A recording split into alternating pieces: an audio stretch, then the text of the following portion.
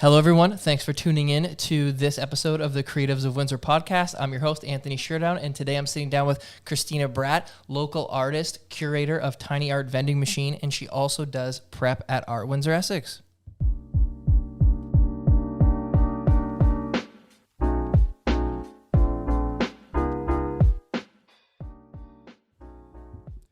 Kristina, how are you? Good. How are you? I'm good. Thank you for coming on. Thanks for having me. This is very cool. Cool. I'm glad you like it. I'm glad this is your first podcast. Yes. That's super cool. So I guess what I wanted to start with was, how did you get into art, your personal work? Oh my goodness. Okay, that's a big question. I would say I've always been interested in art since I was a kid. I was kind of torn between art and music. I was a band kid, grew up in band, concert band, stage band, all of that stuff at my school, and I grew up in Essex. I played the trumpet for a long time. I played the drums for a while. I always thought it would be fun to sing and be my own band at some point. That dream never happened, but I still had a lot of fun doing that. But ultimately, at the end of high school, I also really enjoyed visual art, so took as many photography classes as I could, as many painting classes as I could, all of that kind of stuff. And then I just had really great high school teachers that encouraged me, and I pursued it in post-secondary as well. Cool. So you were music first. Yeah. What did you do when you got into more visual art? Like, what medium did you do first? I always thought I would be a painter, so I think I started with painting a lot. However, I experimented a lot in high school with different things. I did some mosaic and tile work stuff that I thought was really cool, and a little bit of drawing too. I think everyone always started with a pack of crayons or a pack of pencil crayons as well, and that's a fun thing too. So I know you were in music at school. Have you ever been in a band outside of school? No, I feel like that was always the dream, and I still I love going to shows, and I love Broadway plays and things like that. So you never know, that would be something cool to do down the line. But I did play in high school talent shows just with friends and stuff for fun. So that's always been a nice side thing. That's cool. What did you do in post-secondary education? Did you go to school for art? Yes, I did. So I was in the visual arts program at University of Windsor. I graduated with my BFA in 2017.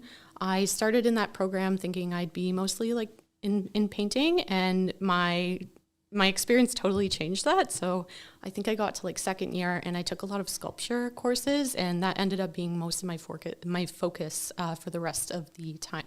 Oh, that's super cool. Yeah. So what, for right now, personal projects that you're working on in 2023, what medium is it? What are you in right now? I'd say mostly what I've been working in lately is watercolor and printmaking. Printmaking is something I learned a lot about when I did my BFA. It's something I only took one class, but they have a really great professor at U Windsor, Victor Ramayo, and he's a local artist here as well. And I was super influenced by printmaking. I think it's fun. It's something you can do as a visual artist, but it's something that you can do in craft work as well. And a lot of people get into it in some way, shape, or form if they're making stamps or lino blocks or prints for posters and different art projects like that. But I really love printmaking. And then watercolor is something I've always just done on my own, and I'm always drawn to. That's cool. So printmaking, that's funny that you bring that up. So there's this photographer, and he makes a lot of YouTube videos. His name's Brian Bricks, I think, and he does this series where he goes and interviews local artists. He puts a YouTube video together. It's really nice.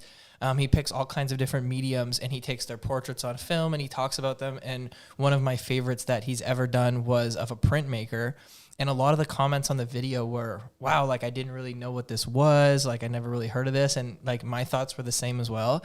I watched that video he made all the time. It's super cool. If you guys are listening, you should go check it out. And I still don't even exactly really know what it is. Can you explain it to me? Yeah, totally. So there's a million different types of printmaking.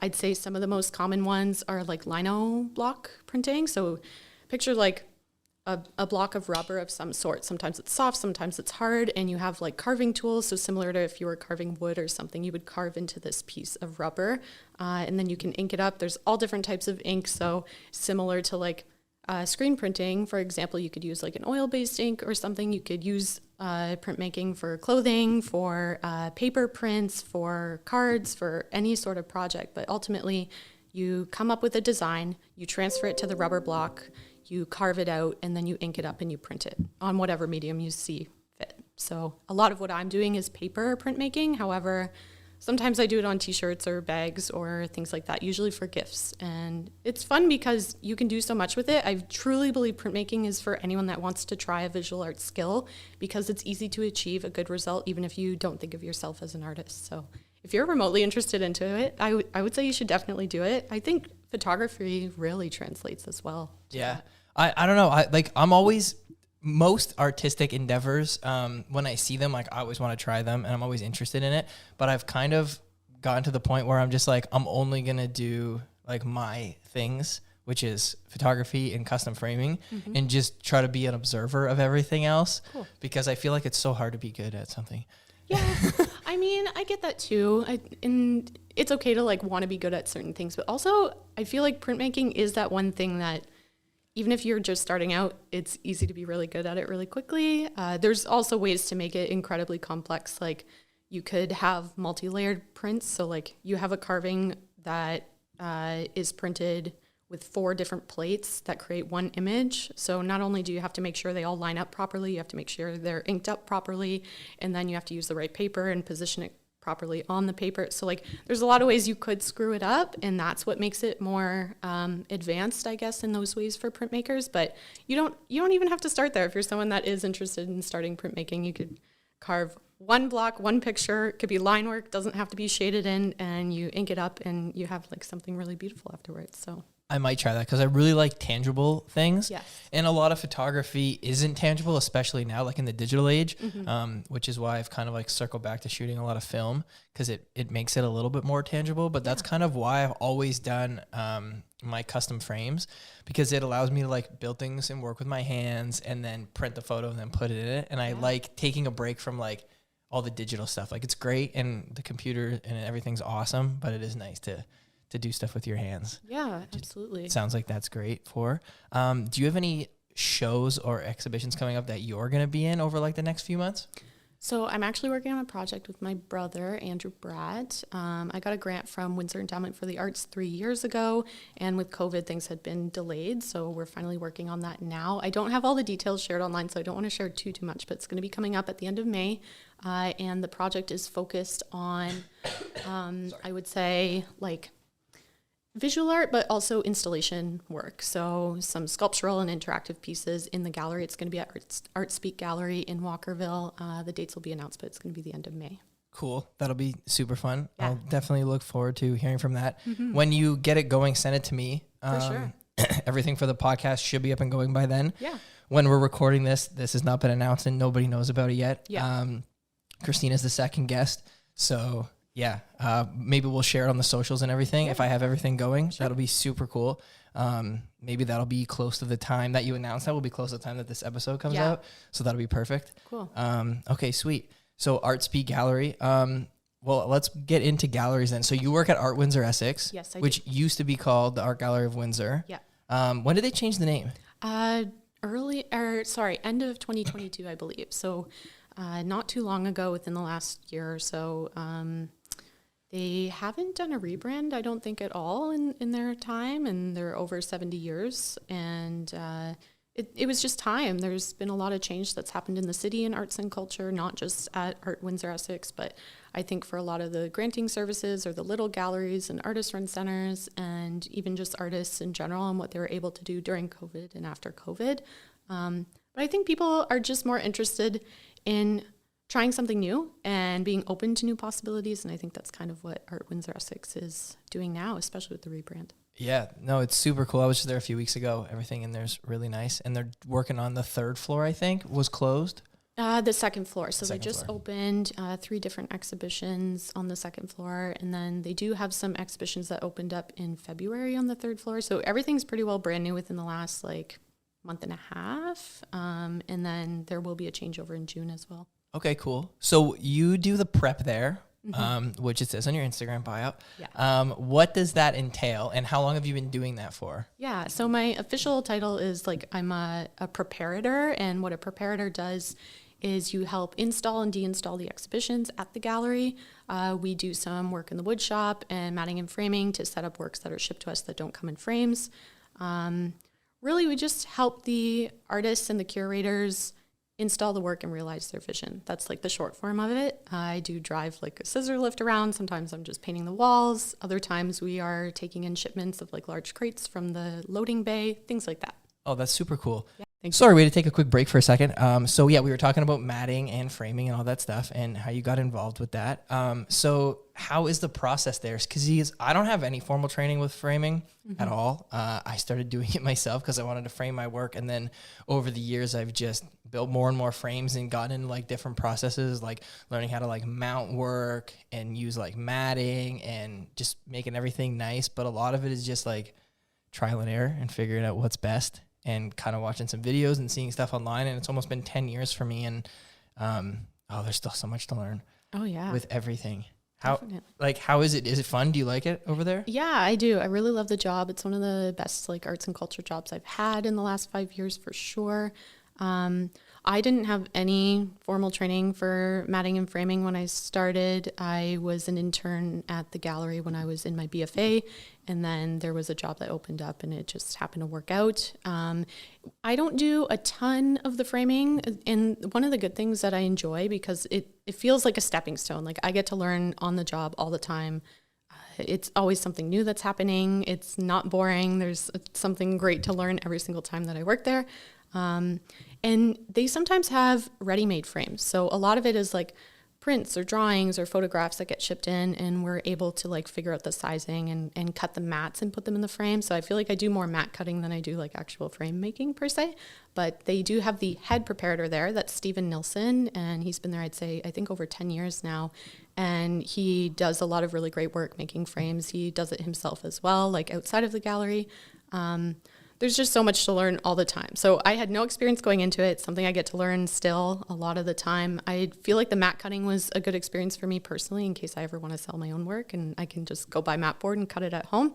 But yeah, other than that, I also really enjoy, I get to drive a scissor lift around when we do lighting. That's something I didn't expect when I took the job at the beginning. And I've been there since 2017. So it's been about 6 years almost, which is crazy. Time is going by super fast. Yeah, COVID was like a speed boost. Yeah, definitely.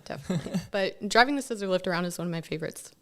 Just something fun to do, a weird skill I never expected I'd have. And lighting's really cool, and it really makes the space what it is when you go to an art show.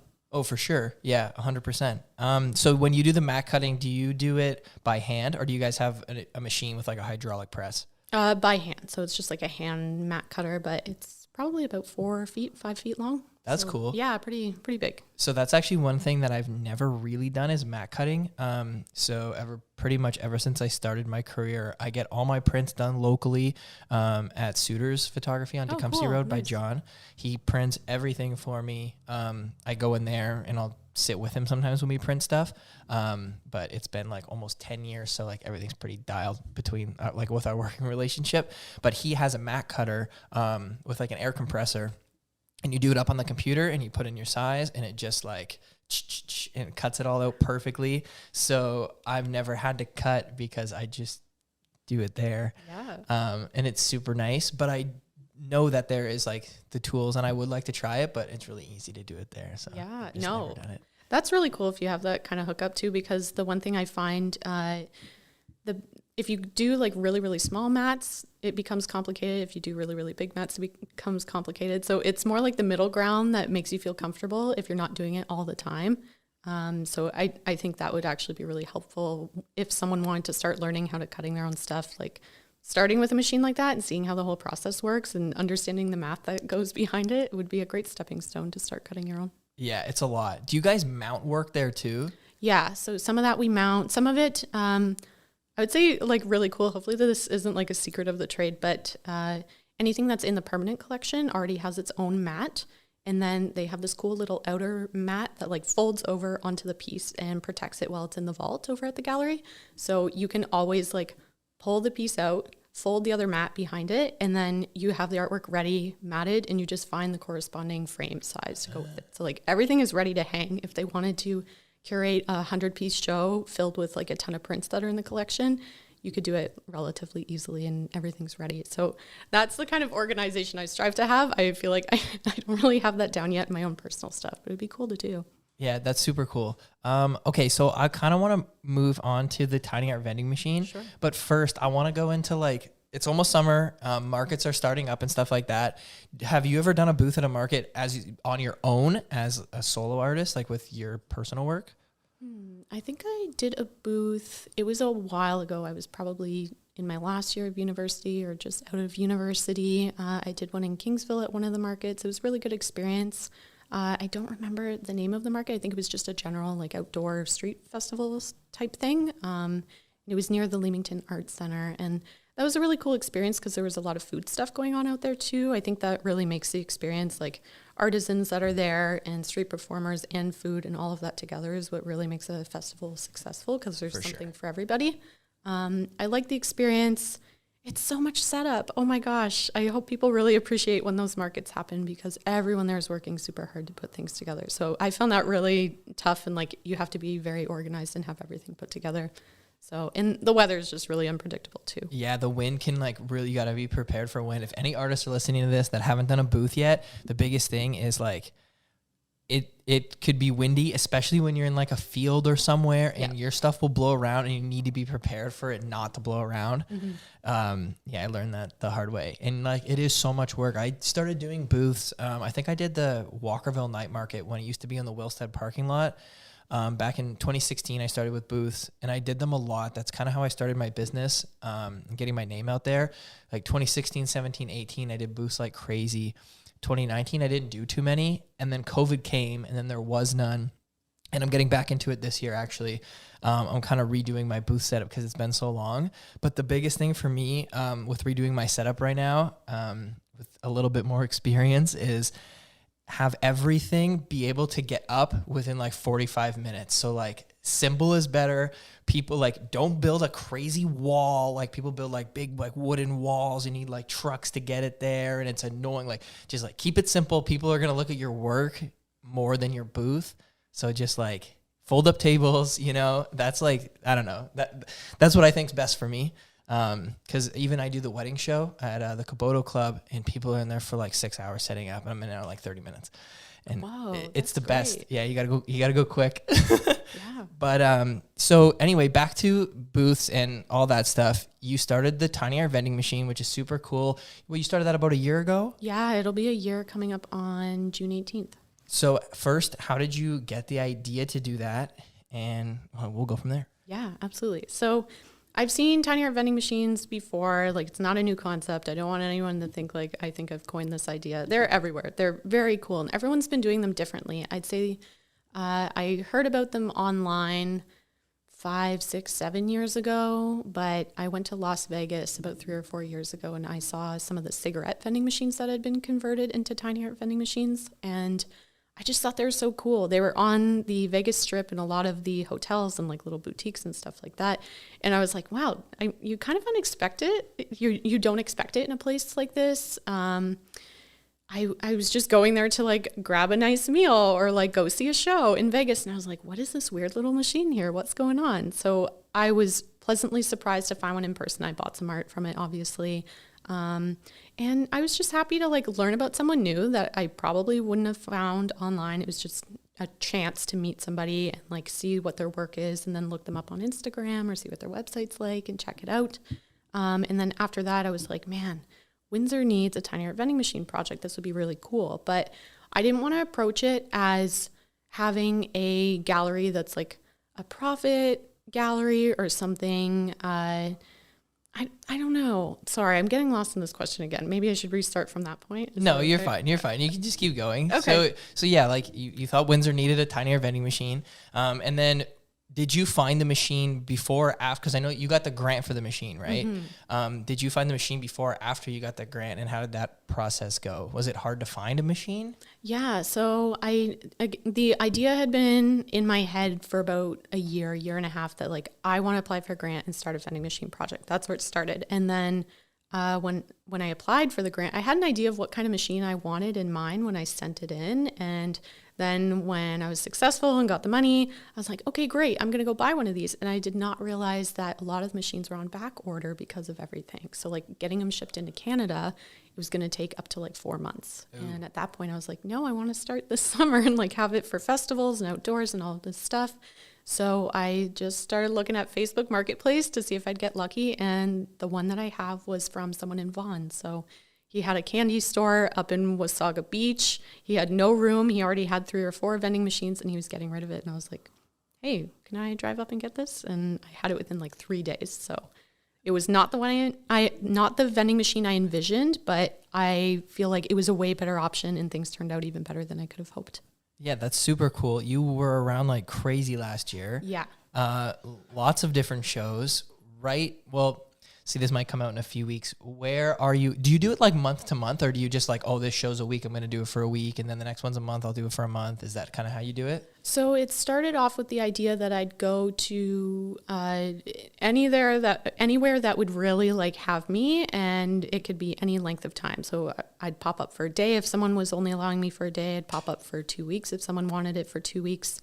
And that was a really good way to start because I had been able to see so many places. So it was outside at Cafe Amore on the Ottawa Street Market. Then it went to Wolf and Rebel, and those were like short-term pop-ups. And then I talked to Lauren Potvin, who owns Shop a Bunch, and she was super great and very interested in the project. And she was like, can I have it for a couple months? And I was like, you know what? Yeah, why not? Let's see where this goes. And it ended up being in Ford City for Dropped On Droulard. So I feel like my intention was to pop up as little or as long as anyone wanted.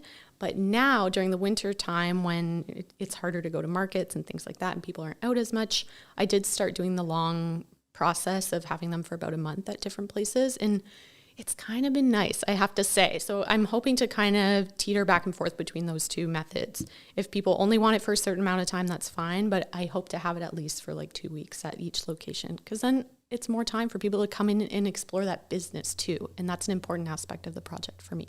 Yeah, that's super cool. Yeah, it brings people into local businesses, and it's got local artists. It's just like a big snowball effect. Mm-hmm. I was happy that you put it in the show. I helped throw with Pressure Drop at Christmas time, even though it was only one day. Did you keep it there for just that day, or did you keep it there longer? I ended up leaving it for the whole month, so that was really cool. And thanks so much for inviting me to be part of that. That's exactly the kind of thing I was hoping that this project would transform into, so I was very happy to be involved. And all the other artists that were involved were super talented, so it was nice to see it all together. Yeah, for sure. When I throw like shows and stuff like that, I'm always looking for like little things to incorporate, especially if they're like easier to incorporate. So like I'll probably be asking you a lot for like most of my shows, because it's not like even if you're busy, you can still have it in. Mm-hmm. You don't have to like work it. Like I've had coffee vendors in shows before, and I love doing it, and it's awesome. But like they have to set up their whole booth, and they have to work it all night. And if they already have plans, or if they have like another commitment, so the vending machine is super, and it can stay there the whole month with the art. Yeah. And you don't have to like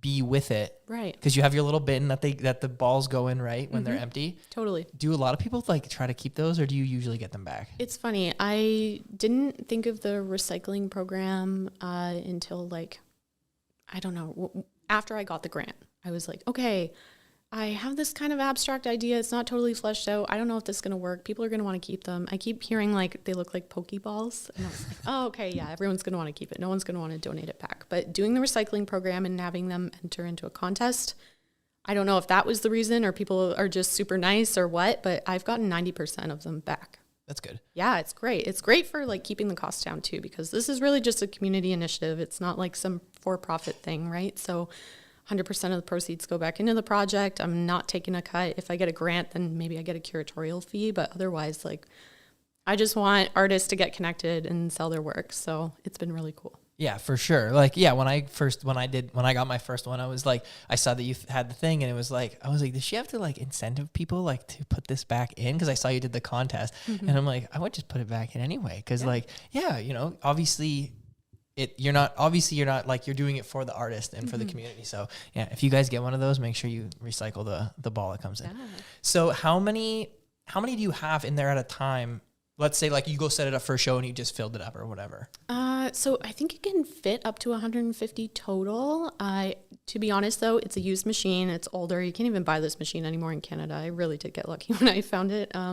So it needs some work, some TLC. I've fixed it up a couple of times. I usually put in about 80 or 90 just to make sure it functions properly, because the weight of them, right, they weren't really meant for like different types of artwork. So if I'm putting sculptures in it, it might be a little heavier than the toys that are like meant to go in a vending machine, things like that. So I'm trying to be strategic about it, but I don't mind because it gives me an opportunity to go back to each location and like do a refill. Yep. And I think it's nice too. A lot of people are interested, and I don't know, even if it looks half full, sometimes people are like, oh, I got to go and I got to make sure I get my tiny art before it leaves. And it's like, no, I have more. I can fill in more. There's tons of artwork that's still here that needs to be sold.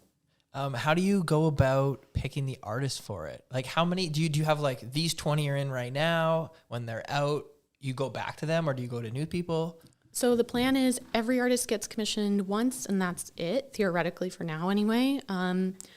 My whole thing has been like, I needed an outlet for my own curatorial practice. I'm sure any type of artist, not necessarily just a visual artist, can understand like you love doing community projects and you want to do all these other projects too. Or maybe you have an idea and you apply for a grant, but some things are like really slim, right? You apply and you get these rejection letters, and there's nothing wrong with that. But eventually, sometimes you realize you got to make your own project. And so the Tiny Art Vending Machine not only was my way to like interact with the community and give artists another opportunity, I got to do a curatorial project, and I could find the artists myself, see whose work that I really resonate with, that I want to share with everyone else, or I could learn about a new artist, word of mouth from some artists that have been in the machine already. So that's happened to me a couple of times. So really it's like my time to curate something for myself based on my own taste. And then also getting to know people in the community in a fun way. Yeah, and everything snowballs, like everything you do, even if it's like something like that, like you didn't do that for money or for your own work, but it helps you in so many different ways. Like I didn't know you, and then I saw the vending machine, and then I found you, and then I found your work, and then you were in the locals only show at Fog personally without the vending machine. Mm-hmm. See, so like so many little things come out of it, like totally. And I'm sure like a million other things have come out of it. That's why I like doing things like, especially with this podcast. I'm hoping that this podcast kind of brings a lot of local artists into, you know, just gives them some more recognition, maybe helps them out, or just even if they already have a really big following, maybe they get, you know, 10 more people following them and checking out their work, or a couple extra people at their shows. And it's nice to like all support each other and kind of help everything out. And that vending machine's really cool because you have all these artists that are a part of it, which I'm sure when they're in the machine, like they're sharing stuff too, right? And getting it out to like their followers and fans, and it just kind of helps like that. 100%. And that's where I do think there's like a very similar nature to like what you're trying to do with this podcast and what the vending machine's trying to do. It's just engaging people in art.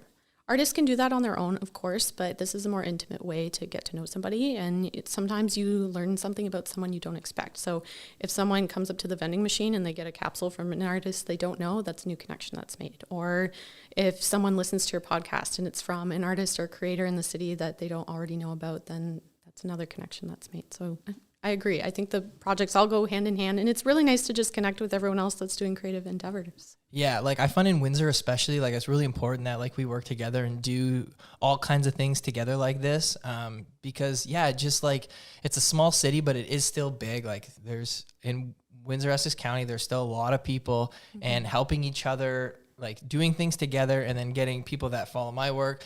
Now we're going to check you out, and then people that follow your work are going to check me out, and then we're just going to, you know, that's the best way to do it. Yeah. I find working as a team with everybody is definitely the best way to do it. Totally. So for the vending machine, where is it going to be? Do you know where it's going to be in like May, June?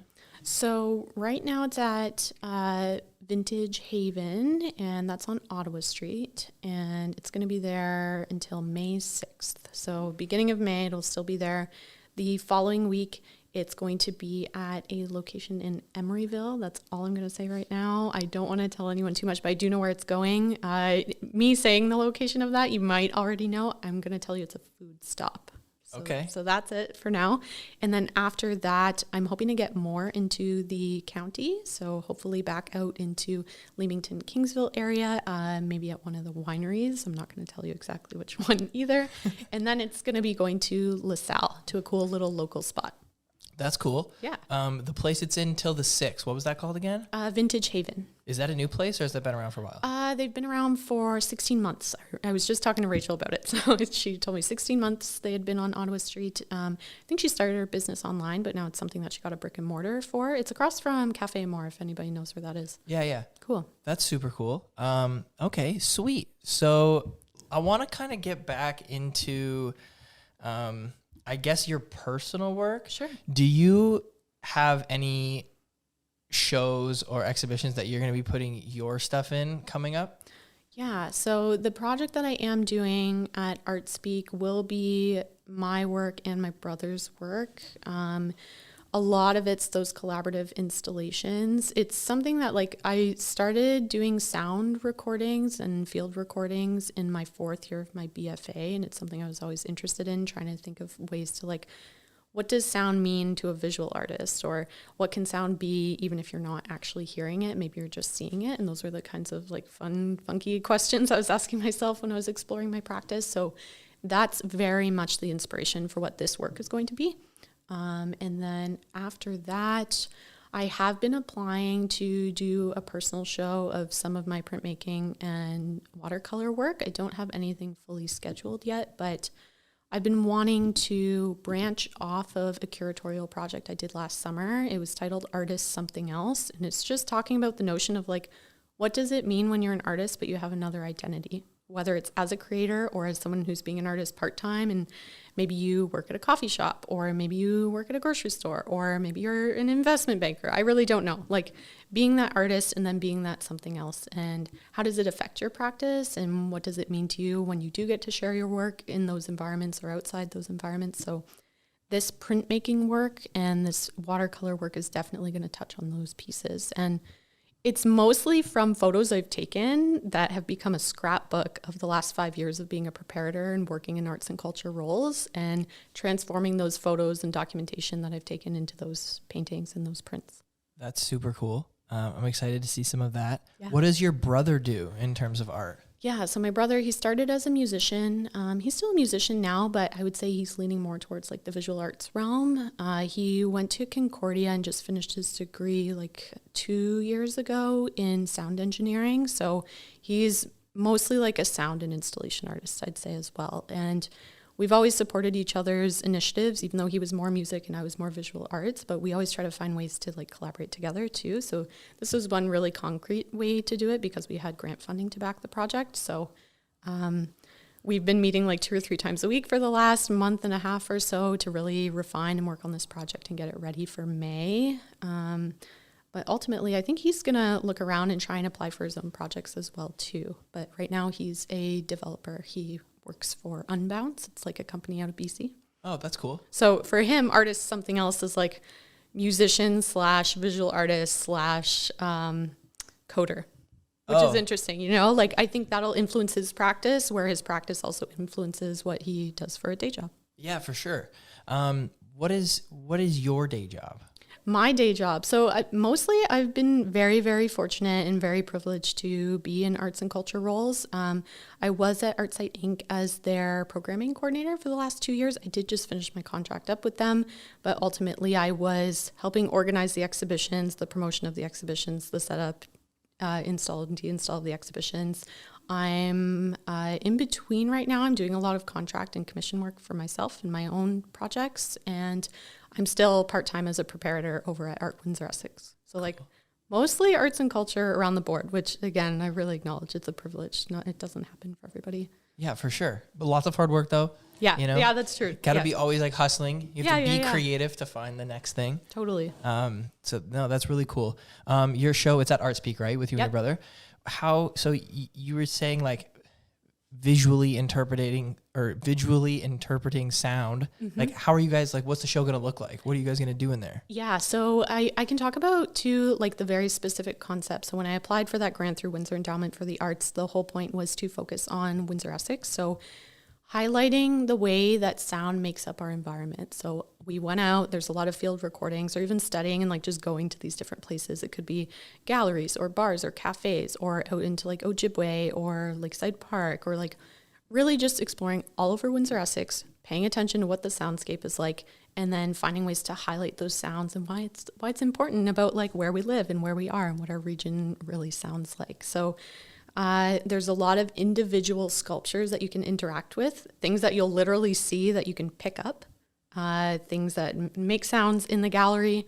There's going to be some projection elements with light, but ultimately think of all your favorite places and the things that make up what Windsor Essex is, and turn those into sculptures that you can actually touch in a gallery space, which I think is cool. And are they all going to make sound?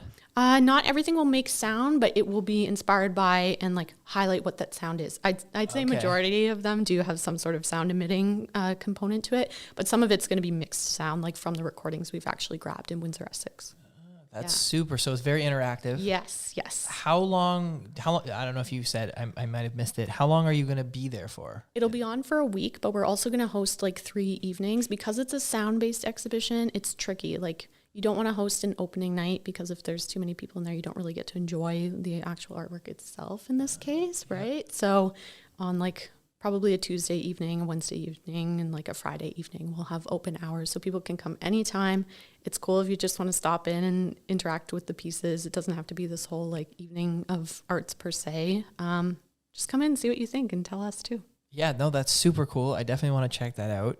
Are you guys so once you're done there at Art Speak, do you want to move that project and like kind of do it a couple different times, a couple different places? It would be cool to do different iterations of them. I don't know. There's no particular plan for it yet, but I'd totally be open to that. And I think my brother would be too. So I could see it happening. I did do a residency in 2019. I was on Toronto Island for 2 weeks in the middle of the winter, and I brought my field recorder there and took a bunch of sound recordings. So when I started my BFA, I was doing different recordings of like classical music and interpreting those visually. And then that project turned into the project at Toronto Island when I did the residency, and it was a lot of like ambient soundscapes of the island and downtown Toronto. And then I ended up getting this grant through WIA, so now we're doing a focus on like Windsor Essex region. So I feel like in a way the project's changed a lot, but there has been different focuses. But it'd be cool to even just do this project at different galleries or different spaces in Windsor Essex so everyone has access to it. Yeah, that'd be like, that's what I was thinking when I heard it. I'm like, you guys can't just do that only for a couple days. I think that you should like carry that out. Yeah. Do you have to be there every time it's going on to like show people how to do things, or can people go when you're not there and figure it out? People will be able to go throughout the week during the gallery's open hours. A lot of it we're trying to automate so that way it's easy for the gallery staff to manage too, because I am always trying to make things simple, especially with my background as a preparator. Now I know like what it takes to make artwork like viable for the public to interact with. Yeah. Trying to make it easy so that way it's not a huge burden or a hassle for anyone. And so the artwork can be at its best and performing its best at all times. So people will be able to go in outside of those hours, and that's a good time too because less people will be in there and you can really stay as long as you want and interact with them. But it's kind of nice. There is one piece that is going to have like a live component. So it would be cool to come during the hours that like some people might be coming by because you'll be able to experience it live. Yeah, that's super cool. I like that you do so many different things. It's good. It probably keeps you like fresh, right? Mm-hmm. So you don't get burnt out on like one specific medium. Totally. Yeah. Sometimes I find that I get burnt out on like certain aspects of photography, but there's so many different like branches of it that I try to, like if I'm burnt out on like one part, I don't really like leave photography, but I do go to like a different, I don't know, creative part of it and kind of like do something else just cause like you got to switch things up a little bit. Totally. And do you think go. Do you have a favorite part of photography? One that doesn't burn you out or something you always return to? I know you're talking about film a little bit, so I don't know. Maybe that's it for you. Like I do get burnt out sometimes. I find like the biggest thing when you get burnt out is like you just do it anyway. Yeah. And if it's something that you really love, it usually comes back within like you force yourself to do it for I don't know, a couple minutes and then you're right back into it. Yeah. But like a favorite part, I don't know. I love it all. I really like going out and actually shooting. Yeah. It's funny because I don't shoot here anymore. In Windsor, I haven't really made too much personal work here in a couple years now. It's all traveling. So it's when I'm somewhere else, I'll go somewhere for a week and I'll just shoot like crazy, like if I'm shooting film, hundreds of photos. If I'm shooting digital, thousands of photos. And then I come back and then I work on those photos, only like editing them, getting them out, printing them, framing them. That's what I do when I'm in Windsor. So it's kind of nice because like when I go somewhere, I'm like, I really want to shoot because I haven't in a couple months since the last one. And then when I'm here, I can do like the editing stuff. And if that starts to like get boring, then I can go like print a few, build a couple frames, back to the editing. So I try to bounce around as much as I can. Yeah, I feel like you have a really good process like down. It's like, okay, if there's this problem, I'm going to go here and like reinvigorate my creative self. And that's very cool. Didn't you just go on a trip too? Yes, I did. We just got back on Saturday. Cool. Out west of Banff. Nice. I was there once already, but I shot digital there. This time I exclusively shot film. I didn't take one digital picture. I've never shot landscapes like that on film before, actually. I've always kind of shot that stuff on digital. So it was like totally, I was like, I'm just going to risk it. I'm sitting on a lot of photos right now. Yeah. So I'm not feeling like too desperate on like stuff I have to put out. Yep. Like coming out of COVID, I was like really desperate. Like I needed photos. Mm-hmm. But right now I'm like, I got a couple of projects on the go so I could take that risk. All the photos I actually mailed off to the lab this morning. Cool. So in about 10 or 11 days, I'll get the Christmas morning feeling email and I'll check them out. I think they'll be cool. Yeah. I hope that they'll be cool. I shot so much. I shot 11 rolls. So. Oh my gosh, that is a lot. Yeah. That was only like 7 days of shooting. Yeah. Yeah. So yeah, 11 rolls. Yeah. That's kind of a lot. That is a lot. That's cool though. And like, I don't know if this ever happens. It probably does. I'm not super well versed in photography, so please let me know if I'm wrong. Is there a chance like some of them won't turn out? Quite a bit, right? Yes, like a very high chance. Oh, okay. Because so they don't make film cameras anymore. Yeah. Leica, have you heard of Leica? Yes. It's the film company out of Germany. Yep. Very like high end, like they're like the like the be holy all end all. Yeah, of cameras. Very expensive. So they made a camera from 1982, I think, to 2002. I could be wrong, a couple years there. But it's their most popular film camera, and it's really gone up in popularity like the last 4 years, and they just remade it. Oh. There was like 3 major issues with it, but like besides that, it was perfect. They fixed those couple issues and then put it out. They just started selling it like a month or two ago. So that is a brand new film camera you can buy. But besides that, they're all old. So like, the camera could break mid-use. Because like the ones I shoot with are like fairly newer ones, like they're late 90s, my main ones, but that's still over 30 years old, almost 30 years old.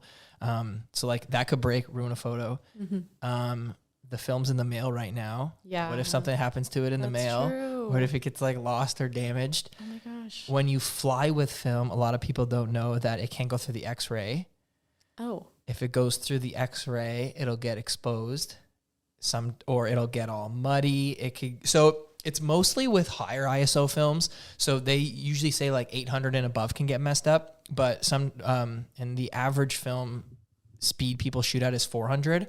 And they say that that's probably okay to go through, but I've heard lots of stories where it was fine. The pictures came out, but they were like muddy. Mm-hmm. They were like a little like dark or like weird. Because a lot of times when your bag's on that thing, I don't know if you've watched at an airport, but they'll put it back and through the X-ray a couple times sometimes. Right. So now it just got X-rayed like 3 times, and now it's all messed up. So when you're at the airport, you have to put it all in like a separate bin in that hectic zoo and find an agent, say, I need this hand checked. They have to be nice, take it over and do it for you. And I've never had an issue except for actually on this most recent trip. I'm so sorry I brought it up. So no, it's all good. So they said, so I was bringing, like I said, I really only shoot when I travel. So I brought 3 film cameras, and all 3 had rolls about half shot from when I was in California a few months ago. And she said, we can hand check your film rolls, but I won't hand check the camera bodies. You have to put them through the X-ray. I said, no, there's photos on it. And I argued with her for like 20 minutes, and she finally said, fine, and hand checked it. I've never had that issue before. They've always done it. But like worst case scenario, I was just going to like blank fire that roll and then take the film out, have her hand check it, and then put the camera through with nothing in it. Mm-hmm. But like film is really, really expensive. Yeah. And I would have burned like 60 photos between the 3 rolls. Yeah. And it's like maybe $1.50 a picture now. Yeah. So, but yeah, so something can go wrong there. At the lab, they could screw it up. So everything's dicey is what you're telling me. Yeah. Oh Yes. my goodness. Or like, yeah, there's like so many different unknowns. Sometimes things can just go wrong. You don't even know. Yeah. But I use Downtown Camera in Toronto. They've been great. They've never screwed up a roll of my film before. Everything's been like perfect coming out of there. So hopefully nothing goes wrong. But yeah, it's always super nerve wracking. Like I spent the whole week working on this stuff and it could just be gone. You could never see it. Yeah. Okay. So then you must like really, really love it to be taking those chances all the time, right? You're making the emotional investment, the financial investment. Like what keeps you coming back to it? I don't know. So actually, when we got back a couple of days ago, like I've had to go work. So I've been using my digital camera for like the last 3 days all day. Yeah. And I'm like, man, like, why am I shooting film? Like, this is so nice. But it's just like, I don't know. On digital, it's a computer generated image. And on film, it's like, well, it's science, it's chemistry, and it's like a painting. Like the photo looks like it was kind of like painted on there, not like pixelated on there. And it was exposed to this light sensitive piece of film. And then it went through a process with different chemicals and timings and agitations. And then you got a negative, and it's real. And there's like all these imperfections in it, but the imperfections are real. They're not fake. Like you could make fake imperfections on a digital photo, but on a film photo, it's just different. And all the colors and the tones are just perfect. And no matter how good you are in like Lightroom or Photoshop, you can't replicate those tones. No, that's true. So I don't know. The last couple of projects that I've shot on film, I've loved so much that I'm sticking with it for a little bit. Good. And we'll see how it goes. But I'm not like against one or the other. I'll totally go back to digital. Yeah, of course. Flip and flop, swap, whatever. So yeah. That's great. It's good to be able to explore different mediums and like, I don't know, there was a funny thing going back to the art school. I feel like you're always told to like pick your lane, stay in your lane, get really, really great at this one thing, or like at least know everything about it before you move to the next thing. And I think there's merit to that, of course, but if you wait too long, then you sometimes lose opportunities to explore those other aspects of art. So it's nice that you're able to go back and forth between the medium. Yeah, and you'll never learn everything about any medium. Yeah. Like think about something that you've been doing for maybe like 10 years, I guess. Think about how much you've even just changed what you thought you knew about it. Right. And how much you're still learning. It's like, I don't know, for me, like I've been doing photography for 10 years. I forgot more things than, an average person will ever even know. And my ideas, like things that I thought should be one way are now the other way. And the thought process is always changing. Like that's another thing is too, like when you jump into something, you can try new things and you don't have to feel like everybody knows everything about it because things are always changing. Yeah, absolutely. And there's room to grow in whatever you do. Definitely. The worst thing is thinking that you know everything about something. That's when you're going to stop making good stuff. Yeah. Yeah. You get stuck and you're not open to change, and it makes you lose sight of all the possibilities of ways to improve and get better. Yeah. You always got to be looking for improvement. That's what I find too. Like if everything even my favorite thing that I've ever made could be better. Yeah. And I think if you stop thinking like that, you'll stop making good work. I'm still like proud of that thing. That's the best thing I ever did. Yeah. And I'm not going to like beat myself up because it's not perfect, but like also like it could be better. Yeah. In 5 years, I hope that I could do that again, but make it better. Cool. Yeah. That's a really great way to look at things.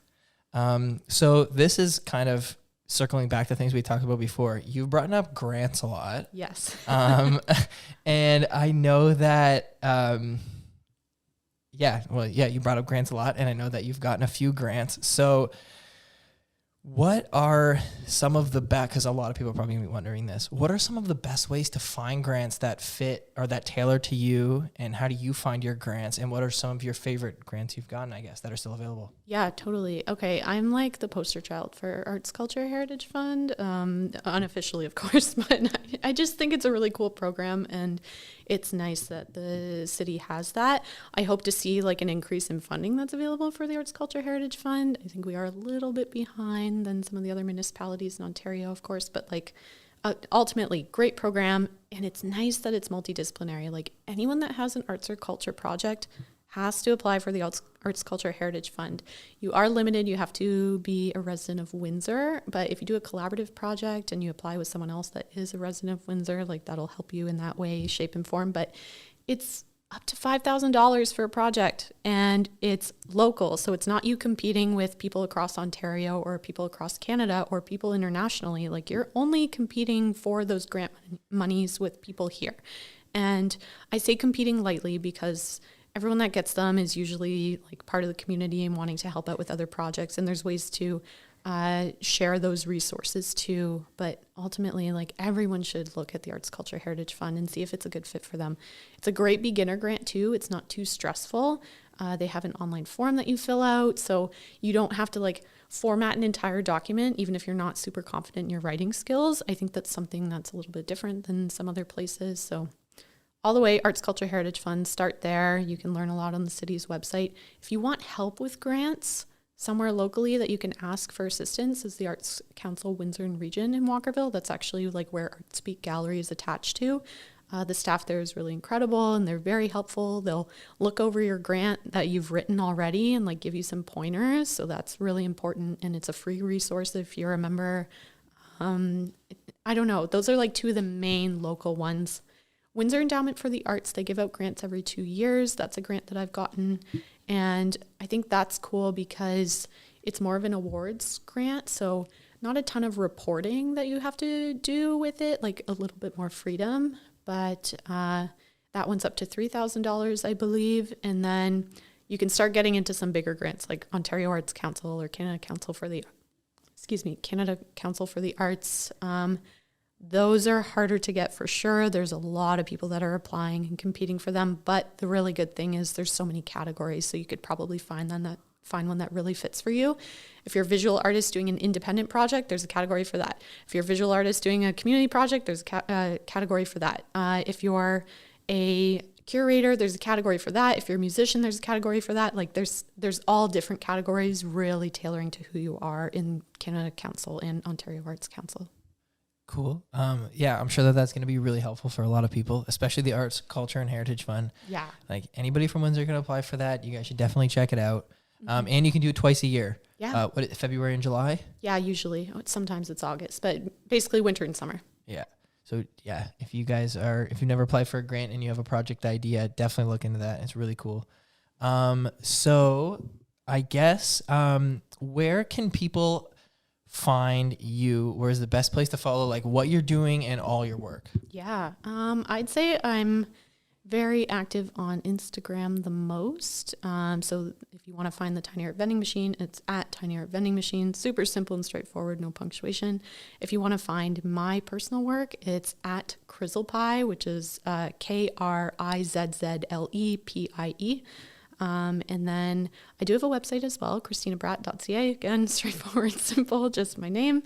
And that has a little bit of information on like everything I'm doing. So if it's a project I'm curating or my own work or the Tiny Art Vending Machine, there's a page for everything on there. And if you're trying to reach out to me, send me a DM on Instagram. I'm super responsive to that. Yes, that is how I first got in contact with you. So yeah, definitely the best way to reach out. Well, thank you very much for coming on. It was a great chat. I definitely would like to have you back on, another time in the future, to talk about, what you're currently working on. Yeah. So thank you very much. For sure. Before you stop the recording, there was one thing I forgot to mention. I don't know if I should mention it now, just in case you want to use it. The Tiny Art Vending Machine is going to be part of a conference that's coming up in May. Go, yeah, tell them. Okay. Yeah, go for it. So I'd say one of the next cool things that's happening for the Tiny Art Vending Machine is that I was able to create a video, and it's going to be featured at a conference in Vancouver in May. The conference is from May 5th to 7th. It's called Big Pictures, and it's focusing on murals, urban interventions, billboards, all sorts of projects that interact in cities and communities. So I was able to record a video. It included some video clips and documentation that were done by Justin Elliott, which is really awesome. And then I worked with Sophie Hinch, who's a friend and artist of mine and also works at Art Windsor Essex.